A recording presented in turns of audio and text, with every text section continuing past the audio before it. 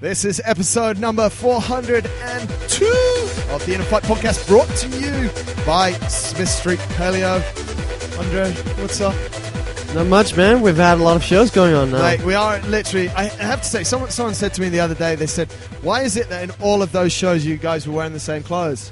I was like, it's a coincidence. That's all we have. That's all we have. Black t-shirts and that. No, sometimes we record a few shows on the same day.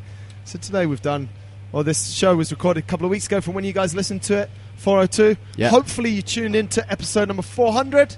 That was a big one. Yeah, wrap up of all the shows we've done, the best shows, the biggest takeaways. And a bit of a celebration as well, mate. Yeah, 400 shows. 398, you grilled me. Completely. Bastard. We need to do part 2 of that. How many years has the podcast been going on for now? 27. No, mate, you know, that's a really good question. I have to check when we did episode 1. I remember doing it. I've been involved this summer for 2 years, so at this point, about 1.5 years. And we do 52 long shows, 52 fitness in under 3 minutes. So we do 104 shows a year. So but before we didn't, mate, we do one show when I felt like it. I was a little bit not a good boy then. Okay, so about 4 years probably. 402, and mate, who better to get on the show than a female who, I'm not going to spoil it, has almost dedicated her life. I learnt before the show, which she'll tell us about. She just stuck the middle finger up at the corporate world because she wanted to go and do what she does. Tima Deryan, thank you so much, sweetheart, for joining us. Let's kick it off. Tell us a little bit about yourself, where you come from, and we'll go from there. Hit it up. So, I'm originally Lebanese. I've been living in the UAE for the past 16 years now. All right. I grew up in, let's say, I call it a mainstream childhood, most probably. You know how it is in the UAE. So I started more into fitness. I was more into bodybuilding, gym, and all that. Yeah. And then I realized I want to do something different. So I started running. I tried biking. I went for scuba diving. And then I started with bungee jumping. And I was traveling around the world just doing bungee jumps and whatnot. I was traveling around the world just doing bungee jumps and whatnot. That sounds a lot more exciting than my life. Dre, when are you gonna retire from InnerFight and do something interesting with your life? That sounds like a sick job. Yeah. So right. So you've been active and involved, or there's a passion for extreme sports from the start. Yeah, that's correct. Cool. And which sports are you into now exactly? What is the main hobby or main thing you're doing? So my main hobby right now is mountaineering. So after my bungee jump in Nepal, I had to climb up, and I passed through proper, like, intense villages in Nepal. Okay. And it got me really excited. And then I made a promise to myself that once I start working, make some money, I'm going to start traveling and doing big mountains. So mountaineering is literally just walking. What's the definition? Not really. You've just Look. made it way too simple. Okay. How did you fall in love with the mountains? That's what we want to hear about. Okay, once I flew over Everest as well. Really? Yeah. Because I think for everyone that gets into something, there's a little tipping point, isn't there, that goes, I want to climb you. Yeah, exactly. In this situation. Exactly. So I looked at Everest from those really small flights in Nepal, and I'm like, one day I'm going to stand on top of there. I really want to see. It looked really appealing to me. Really? And I already have passion to all these outdoor stuff. Yeah. So I made a promise to myself, and I'm doing it right now. Wow. But mate, you don't just do it right now. Talk to us about how along the way, how you really got into it. Because I know for one that mountaineering is expensive. Very. It's incredibly time consuming. Yes. You need a lot of equipment, you need a lot of knowledge. So let's kick off of sort of how, because it doesn't just come that you become a full-time mountaineer. Mountaineerer? Are you a mountaineer? A mountaineer. Mountaineer. Is it gender specific or it's? Not really. Okay. Mountaineer. I like that. I know, right? English all the Very time. easy. Mountaineer. So talk to us about that. Like, how does it develop? You see Everest and you know that that's what you want to do, but where do you go? Where do you start?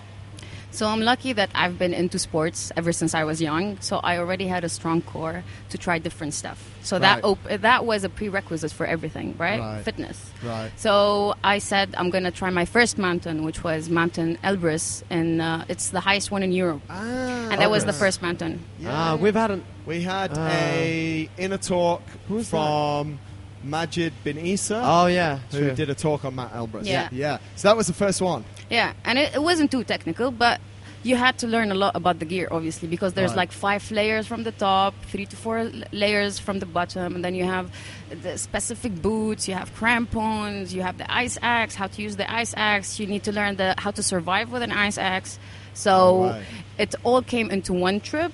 And it made me fall more in love with it. And that was the first time I actually experienced altitude, because Elbrus is at 5,642 meters. Wow. So it was the first time for my body to be exposed on that altitude. How did your body react to that altitude? Well, my body did very well on altitude. Really? Very, very well. That was the first time. But I was too overconfident. So my next mountain was Aconcagua, and Aconcagua is one of the very tough mountains. And the percentage on Aconcagua of success is 40%. Wow. But I was too confident, and this is a lesson to be learned for others. Yeah. I'm just going to go on Aconcagua. I think it's the best thing to do right now. And I go on Aconcagua. Any reason why you went to Aconcagua next? Because the 7 summits was part of my plan, and I wanted to finish them, and Aconcagua seemed to be the closest one. Okay. So I'm just going to head there. It's the European one of the 7 summits. It's the one in South America. It's the highest one there. Your geography is good, bro. Yeah. It stands at 6,962 meters. But the one before that, the first highest one in Europe. Sorry, boss. Dude, sorry. Come on. Yeah. Okay. I told you. But that's not one of the 7. It is. Oh, okay. So it's the highest one in Europe. Okay. So there's 7 continents. 1. Exactly. 7 continents. Highest one in each continent. Let's makes just up the go 7 summits. through them. So what are they? Okay. So Mount Elbrus in Europe. Okay. Yeah. Kilimanjaro in Africa. Yeah. Aconcagua in South America. Yeah. Denali in North America. Denali in North America, right? Yeah. And then we have Karsten Pyramids, or Kosciuszko. It's one in Indonesia and one in Australia, but there's a confusion which one in which continent. So you do both basically to complete the 7 summits. 5th.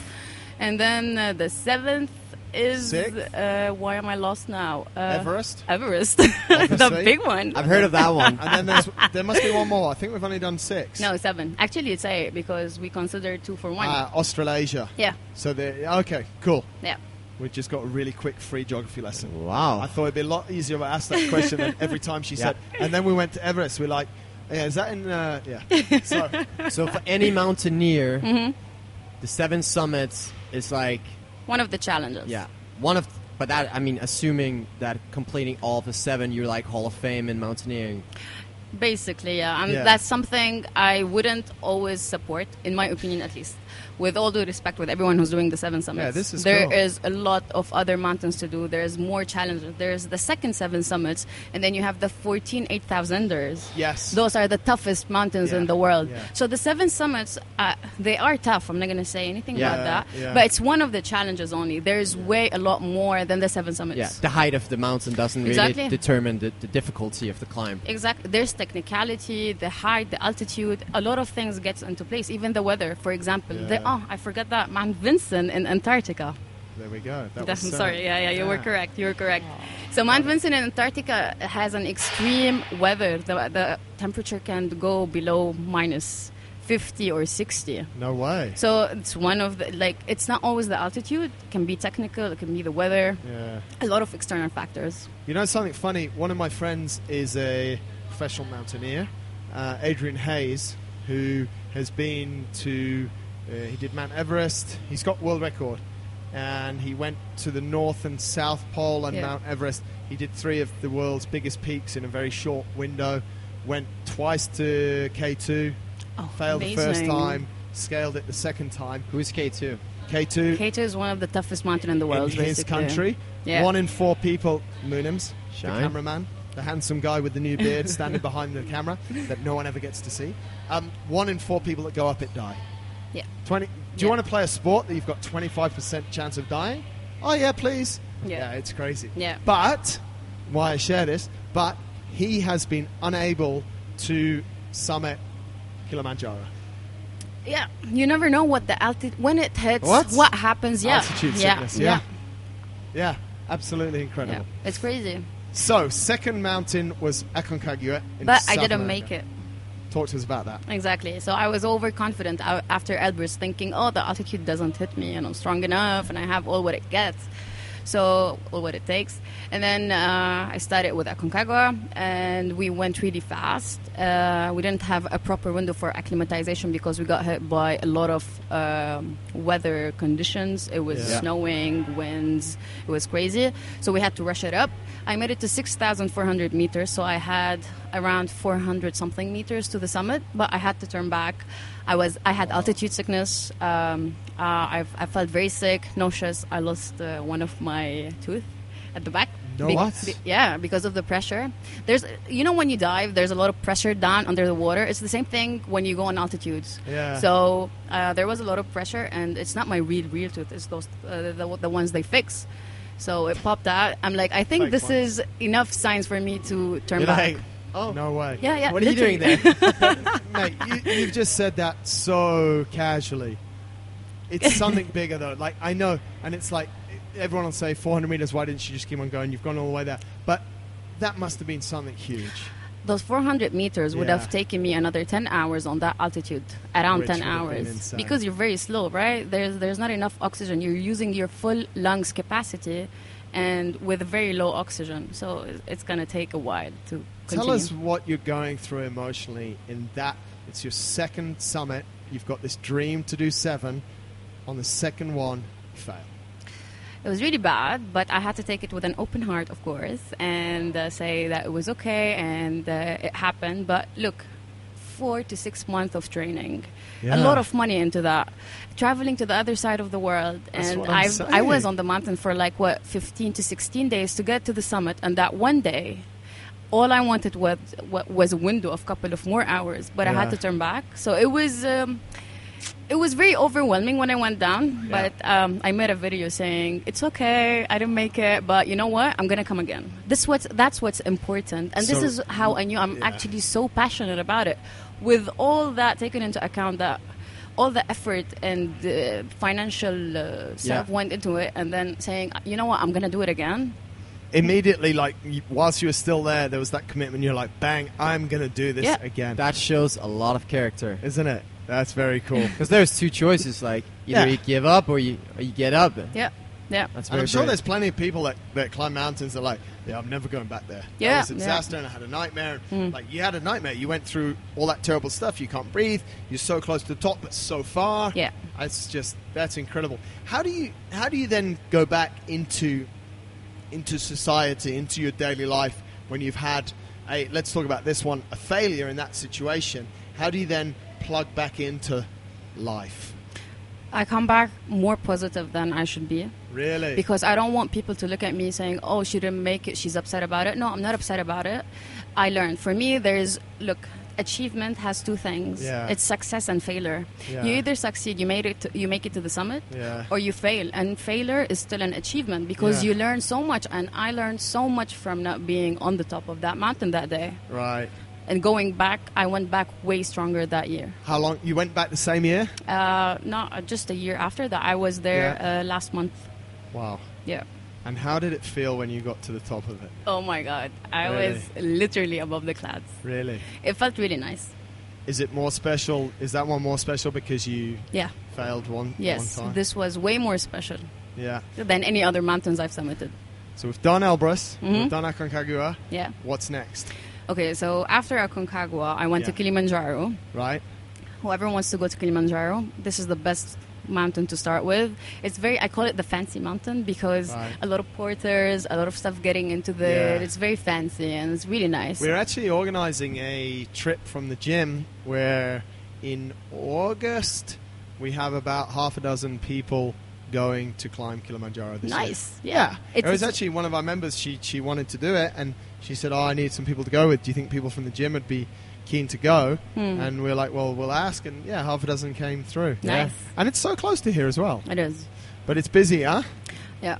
It is very busy. There's Lots. traffic on the mountain. That's crazy. How long did you take to do it? Because I mean that this is something that's really interesting, especially for people maybe going to Kilimanjaro. It's one of the closer mountains to here as well. How did you do it? Which route did you do? Tell us all about that. So we took the Mishame route. It was around 7 days. Nice. The mountain stands at 5,895 meters. You got to be prepared for the altitude. Whoever it's their first time, there's no way to train for altitude unless being on altitude and on a mountain. Really? So there's no training for altitude. So you didn't run around with these stupid oxygen masks on? No. Do you have one of those? Thank God. Do you have one of those? Do I have one? Mate, I'll tell you something. I'll tell you a story. This is a This true is story. debatable. This is truth. Okay, so when all this bullshit altitude mask came out, like, I think it was around 2009 or 2010. Yeah. I'd first seen it, and these companies were selling altitude masks. Do this. You know what I did? I went to a painting shop, the paint shop where they sell the paint, and I bought one of the masks that they give to the painters for when they're painting, and it restricts the amount of oxygen you can have in, and it was very cheap. It was like 50 dirhams or something, and I was like, I wore it, and I went and did a workout. I did like a hard workout, and I almost felt like I was going to die because there was not enough oxygen going in. Same function. It was exactly the same function. I was like, I don't want to train like that. Forget it. And yeah. And then I did more work into it. And like Tima's saying, you do have altitude chambers, but unless you're exposed to that, like unless you're literally living in your altitude chamber or sleeping in it every single night for a really long period, and it's a good one, and the pressure's exactly right. Yeah. You're doing nothing, isn't it? I got a mask for myself for the 2015 Open. I was told by my coach You were going to do the Open in it. I was like, you need to do this on all your rest days. You go 1 minute on, 2 minutes off on the bike for 40 minutes, like on all my active recovery days. Really? And I had this mask on, and the mask is super simple. Like you said, it restricts air. There's 3 holes in. You can block off the holes, or you can kind of adjust how much how much air can kind of flow through the mask. Yeah. And did you do any good that year? I did pretty decent, actually. But you don't use it anymore, thanks. No, because, well, essentially, let's talk about what happens in the blood what is the benefit of being in altitude, and isn't that essentially just the hemoglobin in the blood? Okay, so altitude is basically the height of the mountain to sea level. Yeah. Okay, to get to the height of the mountain, so after 2,500 meters, the oxygen becomes less. Yeah. So you start putting more effort every step you take. Yeah. So the higher you go, the lower the oxygen is. You can't avoid that, of course, but we acclimatize, so we can cope with that altitude. So we climb high and then we sleep low. That's why you see us. So for example, let's take Elbrus. There is a height at 3,085 meters, I think. I don't really remember the proper height, but every day we climb around 200 to 300 meters and go back down, sleep down. Yeah. And then we climb a little bit more and sleep down. And this is where the red blood cells starts increasing in the body, because you're going high, and then when you sleep low while sleeping, it becomes way more, and it makes it way easier to cope with that altitude. There we go. Because some athletes from, like, for example, if we have athletes from Switzerland in CrossFit, because that's kind of what we're all about, like, some of them are extremely fit, and there's some people who think that due to the altitude that they train in and live in, like when they come down to whatever Dubai or whatever they go to compete, they feel great. Exactly. Yeah. And it's way easier because you're used to doing a lot of effort. Let's say on 45% of oxygen. Now you have 100% oxygen and you're putting the same effort. Yeah. Imagine how much you can give in. So when I just came back, right? So I did 2 mountains at above 6,800, right? I went for a run. I wasn't even tired. I was going to say, I was just going to go. We should put part of this show as a workout where she can kick her ass. You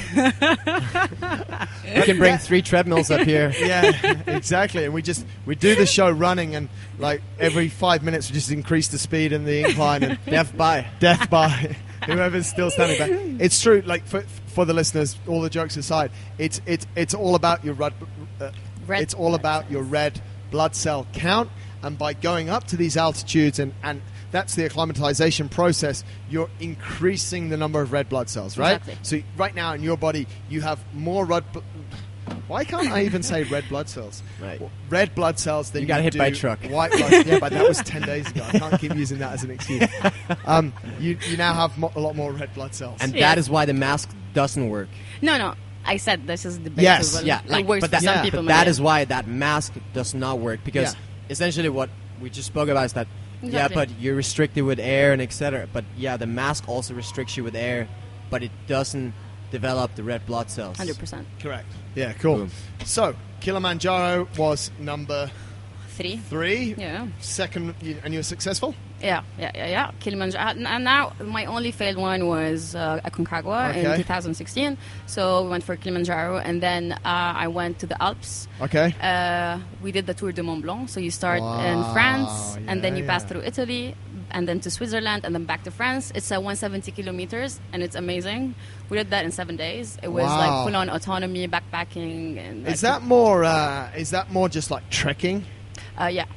Like the highest point you get to is around 2,400 something. Yeah, right. Yeah. That's actually a super cool. My dad did that. Yeah, but it's gorgeous, amazing scenery. I think would they suggest actually do it as an ultra running race as well. You can run it, right? Yes. Yeah. I think Rob Jones wants to do that. Okay, because he's family there, right? As well. His in Chamonix. mum lives in Chamonix, which is like the bottom of Mont Blanc. Oh, yeah, nice. yeah, Amazing. very close. Yeah, exactly. Super cool. So you went and did that just for training, as you do? So yeah, we did that in 7 days, Really? and then we went up to Mont Blanc. It was successful. We did that in less than 48 hours.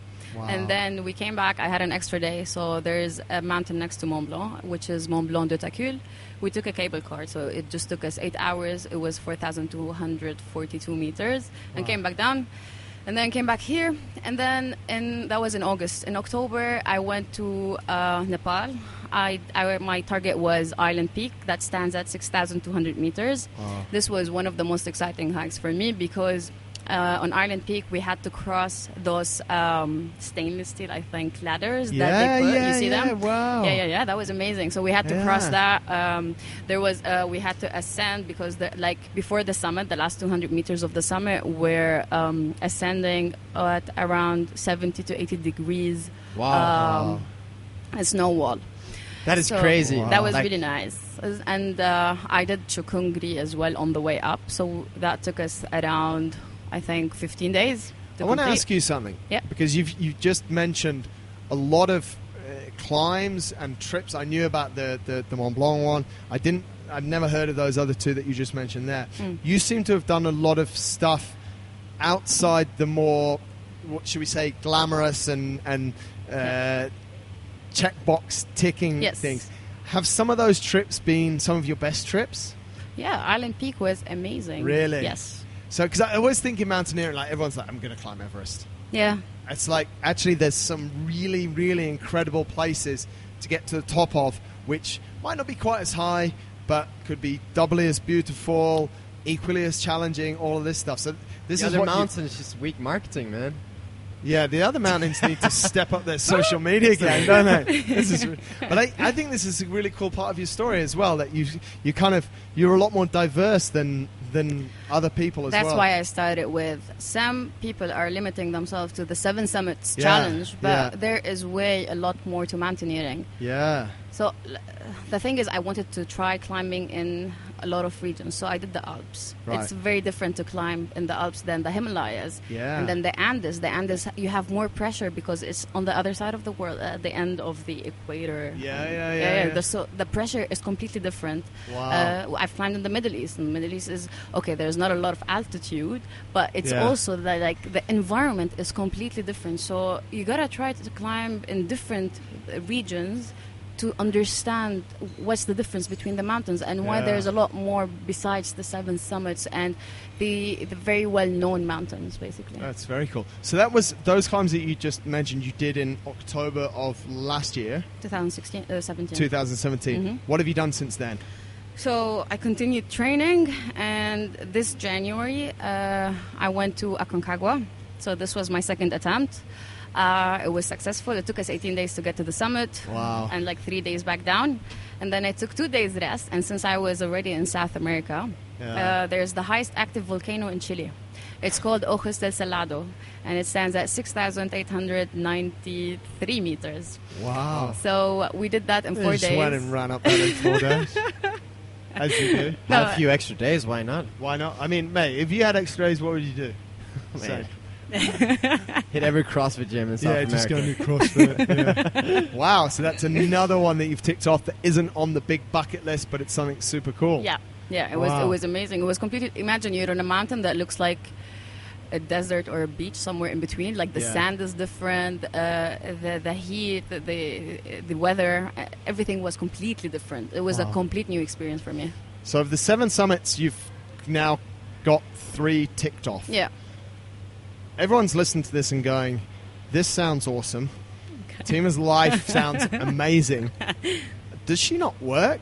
Tell us a little bit about, because you did used to have what people would generally term, and I hate the generalization here, of a career with you said with Reuters. Tell us a little bit about that, when you gave it up and how it's all transpired. So after I graduated, I got a job with Reuters for around 2 years. Yeah. It was a lot of work, of course. It was my first job, so obviously I was putting on my career and where I'm going to reach, and I was so busy with all that. And then at one point, when I tried all these mountains, I'm like, okay, this is it. I don't think I can do this anymore. I need flexibility. I need to do more mountains, and I think it's my passion. Yeah. I don't want a career at this point. I want to do something I love. So I quit my job, and luckily, I'm blessed. We have a family business. Right. So I joined my family business, in which I can run even when I'm on the mountain. So when I'm on base camp and I get connection, I work from there. You can work. Exactly, I can. Wow. And it's cool. Way more flexible. Exactly. And right now I'm working on other stuff for myself. Yeah. And hopefully, if it works out, it can pay off my passion, right? I need the financial support. Could you ever live off mountaineering? Is there any sort of business or entrepreneurial thing that you could do to... Everybody's doing those outdoors companies right now, like they take people on hikes and all that, like guiding, but I don't think I'm really into guiding, to be honest. Yeah. I love mountains, but I don't think I can do good in guiding. So I don't think I can make a good money out of that. Other things, it would be more of sponsorship, and once you get a lot of exposure and people like will start being paying. on our show. That's exposure. Woo! If anyone wants to sponsor Tima, first come and speak to me and Andre about sponsoring us. And if we don't like your brand, she can have it. But don't go straight. Just kidding. Don't go straight to her. But I mean, that's one of the biggest things, is that mountaineering is apart from being incredibly tough and all that, is financially quite challenging as well. It is. Do you literally put everything you earn into it? No. Like, I mean, you know, these trips there, it's not like, okay, I'm like Andre competes in CrossFit. Mm-hmm. He goes for 3 days to Madrid. It's a 7-hour flight. He does a competition for 2 days and flies back. You know, it costs him, okay, even if it's 4,000 euros. But your trip is like 3 weeks. Yeah. It needs all of this equipment. Yeah. You have to pay a guide when you're there, and this when you, like, it's a lot of money, right? And you're not at work. Yep. Okay, so for my equipment, it's very expensive, of course. Yeah. The mountaineering gear is crazy. But I've been, like, investing in certain equipment for the past 3.5 years now.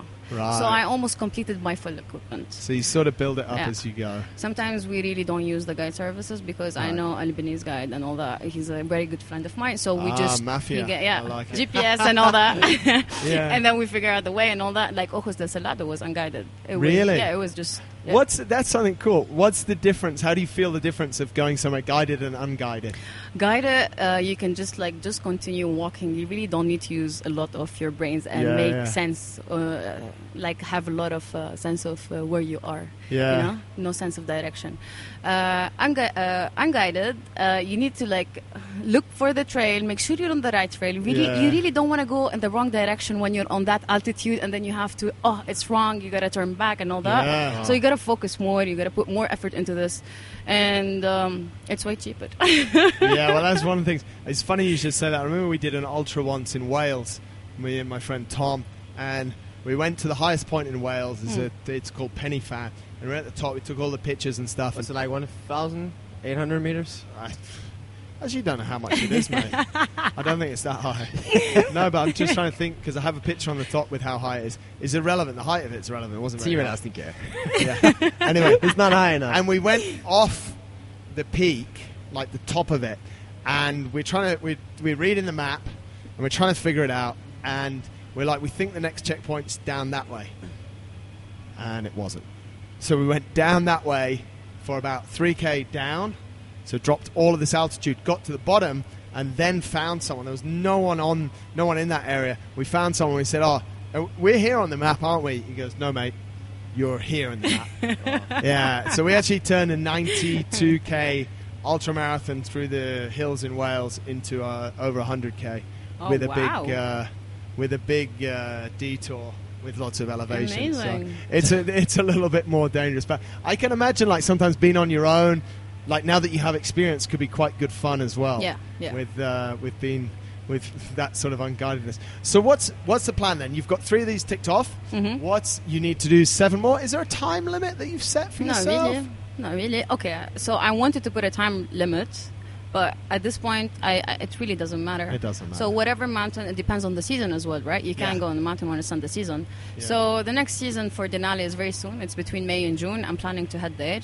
Really? Yeah. Wow. So I can take off another summit, and then I'm confused between a Nepal trip or a Karstens Pyramid one. So I can complete another summit, or just explore another mountain. Just explore in August or October. It all depends. Do you feel that when you do those less famous mountains, like it's a great experience, and it's also great training for these big ones that are on the list? Yes, and there's way less traffic on those mountains. Yeah, so you can actually be on your own. That'd be super cool. Yeah. How many people, that's what I forgot to ask, how many people are normally in your group? It depends. So on Everest, we were around 24 people. It was crazy. Yeah. It was too much. Yeah. But I think that was exceptional. But on Kilimanjaro, we were around 7. Nice. Aconcagua, way less. Like we were 3 the first trip, second trip we were 4. Mont Blanc were around 6. So it's nice to keep it between 6 to 12 max on a trip. And are there people that are going to do more than one trips with you, or do you have like a core group, or each time it's like 10 different people? It's 10 different people. Really? Yeah. You get to meet. You must build some crazy relationships. Yeah. It must be absolutely wild, huh? And imagine, like, everybody's going there for the same purpose. You really have no idea about that person's background, yeah? But you all are in survival mode, and you need to get to the top and come back safe and enjoy the journey. Mountaineer brotherhood. Exactly. That must be quite cool. So literally every time you go on a trip, you're just making a whole bunch of new friends. Yeah, that's besides the people that you meet on the mountain. Like, I've met the first Australian woman who scaled Everest. But then you entrust these people with your life. Why not? Why would you trust anyone with your life? That's the thing. You gotta depend on yourself on the mountain, even if it's guided. Really? Yeah, it's very important. Do you not feel like that sometimes? Do you not feel like, okay, some of them you've obviously been through some situations, but in some situations, when you're going to do Everest, you're going to have. My plan is 2020. Right. So Everest 2020. There's a lot of ifs. Okay, we don't do that here, but on Everest 2020. You're going to have someone in your expedition group. If they carry on like an idiot, they're going to put your life at risk. That's why you're going to have to make a decision. Yeah? Yeah. You're gonna say, look, we cannot. Yeah. Otherwise, we will, but this has to happen and whatnot. Like, that's crazy. You have to be very honest about it. One of the reasons I went down of Aconcagua last year was of this thing as well. We had one guide on 3 people. If one of us decides to turn back after 6,400 meters, that means the whole expedition has to go down. Wow. So I'm like, this is not going to be fair. And I've been sick already for like the past 5 days. I'd rather turn back. There was a lot of facts for me to turn back. That's very selfless, isn't it? That's really incredible. Yeah. Wow. So the plan now, so Everest is in 2020. Yeah. Next year or this year is Denali. Mm-hmm. and Karstens, or maybe an 8,000er. I really want to try what it feels like to be at 8,000 meters. Yeah. So there's like easy ones. That's what they say. Cho'oyo, less technical ones. Right. There's Cho'oyo. It's Nepal. And there's Manasu, but maybe I think it's a tough one. I don't know. I want to do an 8,000er just to see what will my body react to that. What is the highest mountain? Everest. Yeah, but how tall is that? 8,848 meters. So that's around where the flight flies. Yeah. It's like 35,000. 29,000 something feet. 29,000 So it's between that range. Yeah. She knows her stats, man. I can't believe she's just rattling off all these numbers. But, mate, if I ask you about a workout, you know, she could actually be making all these numbers up. And go, wow, really? And you like, can Google that. Two CrossFit geeks, like, I'm whoa. sure you know. Let's go. We've got a little bit of time left. I'm interested to hear how you train. So when you've got a expedition dialed in, Denali, what's the training plan to get you there? Because this will be useful for the people that go into Kilimanjaro as well. How do you train to climb these mountains? It's very different to train for Kilimanjaro and Denali. It's two completely different mountains. So in Kilimanjaro, you gotta build up a good stamina. Yeah. A lot of squats, a lot of lunges. This is a lot of help for you. Right. I think CrossFit. I tried CrossFit for a month. Did you? It's amazing for the mountain. Keep talking. This is the best. Great. We actually might hire her as I must say, I PR never liked it because I thought there was a lot of stuff happening at the same time. Yeah. So I'm like, you know what? I'm just going to give it a try for a month. Yeah. And before my trip to Nepal, it was amazing. It worked very well. Really? Very well. That's cool. Yeah. So do you have a specific dial-in to the date of Denali that you're a training plan that you're following? Yeah. So I'm starting on the 1st of March, but in Denali you have to carry around 28 kilos on in your backpack, and then there's a sledge that you need to pull, which has another 30 kilos. Whoa! So that's a lot of weight. So the way I'm going to train for that, of course, I'm going to pull a wheel. The tire. The tire, sorry. And, of course, there's a lot of mountains in Brak, Ras Al Khaimah. Yeah. So carry a heavy backpack and go up on a steep one. You train Nitesh. She does a lot of mountain climbing and expeditions. We've had a lot of talks about like, how to train him based on what he tells me about the hikes. Obviously, I haven't done any big mountains or anything like that, but based on what he's told me, and we've kind of built a program upon that. Every time he comes, we do a lot of core stuff. He says that one of the first things that blows up. That's what you were saying as well. One of the first things that blows up is like your lower back, just from carrying stuff like that. So a lot of core work. We do a lot of actually we added quite a lot of strongman stuff together with some endurance stuff. Like that could be yoke carries, sled drags, like you mentioned. Yeah. He always wears a vest from the first minute to the final minute of the whole hour. Even for the warm-up? For the whole thing. Which is 10 kilo, 20 pounds? Yeah, 20 pounds. So it's not exactly 28 kilos, but it's for 1 hour doing burpees, step-ups, and running. It makes him do everything like in it as well. So we do quite a lot of stuff like that. Like we do a lot of stuff also where he needs to carry stuff in front of him. Just really to build like his obliques and his lower back strength. Wow. So it sounds quite similar, but I won't see you pulling the tire down Sheikh Zayed Road or anything like that. No, not tire. Not Sheikh Zayed Road. Like somewhere in the desert, most probably. You come pull our sleds. We have a lot of perfect equipment for that stuff. We have a lot of sleds and we have a lot of weight to put on them as well. But that's actually why those sled drags are so good for everyone. Yeah. Just in case you want to go off and climb a mountain. So after Denali, for the rest of the year, is that the only one planned for this year, or do you have something? Is there a winter weather window that opens up? The one that I said, Karstens Pyramid, that requires a lot of rock climbing, so I need to focus on that more. So how are you? Are you good in rock climbing? Yeah, I'm okay. Oh wow! You should hook up with Tufik, a friend of ours, Tufik Abu Neda. Yeah. He does loads of rock climbing. He does caving. Oh, he's been. Tufi, I know him. I know him. There we go. Of course you do. Yeah, he's hardcore. I obviously don't pronounce his name properly. Yeah, he. Whenever we need things in the ceiling fixed, we just give him a call up. But he does. He does a lot of climbing. So you'll be spending time with him up in Ras Al Khaimah. He loves it up there. Yeah. I see his posts. Yeah, very cool. Before we wrap it up. I mean, this has been really cool. I've actually super enjoyed it. I think what you're doing is something amazing. I want to ask Andre, I'll ask you the final question. I want to ask you one question that I don't think we've answered specifically. Why do you do what you do? There's a lot of answers to that. Some people say we can extend the show.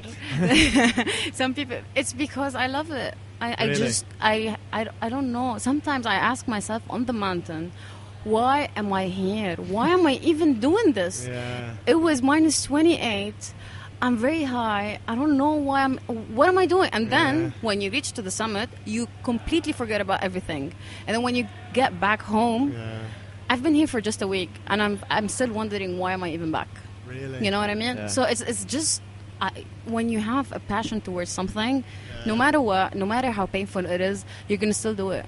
So it's really just built on passion. You keep on going. I mean, that's what's come through a lot with what you're saying and how you speak about it. It's very passionate and I love. But yeah, and it wasn't just one day. You just decided I'm gonna be into it. It's like it's building. Yes. Yeah. I want to squeeze one other question before you finish up with that one. In your passion's building. Mm-hmm. In 2020, you're going to summit Everest. Yeah. What comes after that? One of my dreams, I'm not going to say goal because I don't know. One of my dreams is to finish the 14 8,000ers. I want to try. Wow. I just want to try. Like, a lot of people are dying on K2 and Annapurna. There has been like 3 expeditions. It's been crazy. But it's just a dream for now. I'm going to continue mountaineering. I want to gain way more experience because I can be on those heights with that. I'm still like in the process, in my opinion. Yeah. So once I feel I'm ready, I might target that. How old are you now? 25. So you have plenty of time. Plenty of time. That's one thing that I have noticed with mountaineering.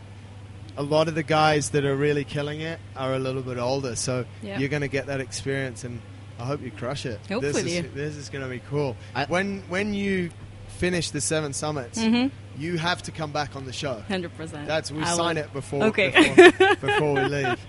One thing that stuck with me is that you couldn't exactly explain why you love it, and I think that a lot of people are always looking for explanations for why they're doing something. Yeah. And in some things, there's just like you just love something, but you cannot explain or grasp what it is exactly that you love about it. You just love it, and you just keep going. Yeah. I mean, this is a great example. Yeah. That's when you know how much you love it, right? Yeah. So all this bullshit that you keep asking me about my why and my reason and my motivation. You don't even need it. I love it, mate. And that's it's got Tima to the top of all these mountains, and it's going to get it to the 7 summits. So who really cares? So all those books about why you do it, just throw them out. I've been writing articles for years about this stuff.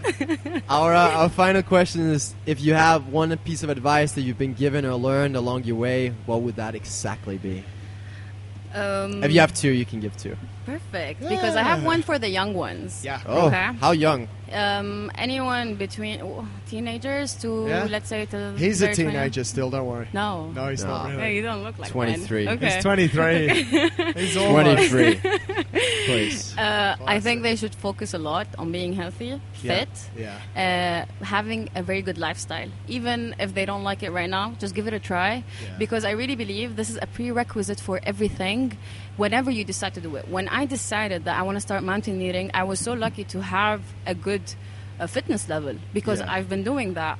So any bad habits, keep it away. Really, even if you don't have a goal, it doesn't have to be a mountain. Maybe you want to be a runner, a CrossFit, whatever things out there. CrossFit, CrossFitter. Fitter. Well, it was like mountaineer or mountaineeress. You know, we made that one silly at the start. Yeah, so I think they should focus on that. And for everyone else, patience, determination, and commitment. Never stop. On the mountain, you take a step by the time, but it can be so slow. It can take 12 hours. I love this. But you will get it. Just do not stop. Look, I always say this. Climbing a mountain is like taking any risk in life. Yeah? It starts with excitement and confidence.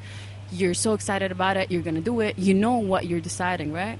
And then it gets to challenges and decision making. This is where you got to figure out which route you got to take. Am I doing the right thing or not? And then the worst part is fears and doubt. This is when I want to turn back. Should I continue? I'm sick. Am I going to die? And the same thing in any risk, yeah? And then achievement, which can be either success or failure. Yeah, that is really cool. I love that last bit. because I've heard that from so many people. It can take you literally on the mountain like hours to go 50 meters. Yeah. It's crazy. Like one step, and then you literally have to pause for I don't know how much time. That's a really cool thing to bring to life. Yeah. Tima, you've been absolutely awesome. We already have an agreement from you that you're going to come back when you finish this. Yes. If that's not motivation enough to climb these 7 summits and to absolutely dominate, then there is no other motivation. You're a hater. There's no other one. So we want to thank you for being on the show. If people want to follow your journey, Instagram? At Mountain Gypsy with an I because it was taken, the proper one. Or just Tima Deryan, Tima, my family name.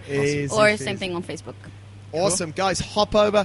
That's where I found Tima. I was trying to explain to her how I found her in my stalking process, looking for guests for the show, and I couldn't quite justify it, and it didn't want to get weird, but that's how I found her, Mountain Gypsy, over there on Instagram. Congratulations for what you've done. All the very best for what you're going to do.